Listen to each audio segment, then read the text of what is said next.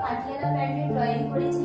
কাপড়ের পরিমাণ নিয়েছি 2.5 মিটার, ঝুল নিয়েছি 35 ইঞ্চি, হিপ নিয়েছি 36 ইঞ্চি, হাইট নিয়েছি 14 ইঞ্চি, মুড়ি নিয়েছি 12 ইঞ্চি। পাটিয়ালা প্যান্টের ড্রয়িং করতে গেলে দুটো পার্টের ড্রয়িং করতে হয়, একটি হচ্ছে বেল পার্ট, অপরটি হচ্ছে কুচি পার্ট। প্রথমে আমরা বেল পার্ট ড্রয়িং করব।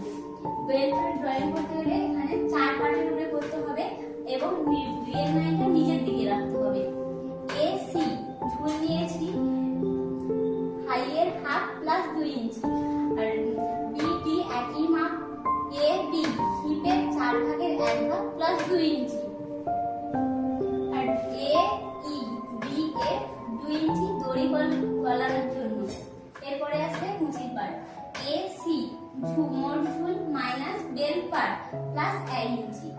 এ ই হিপের 4 ভাগের 1 ভাগ প্লাস 2 ইঞ্চি।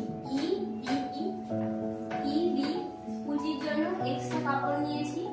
বি এর হাইয়ের হাফ, সি ডি মুহুরির হাফ প্লাস 1 ইঞ্চি এবং এ আর ডি শেপ দিয়ে নেব। এটাই হচ্ছে আমাদের পাটিয়ালা প্যান্টের ড্রয়িং।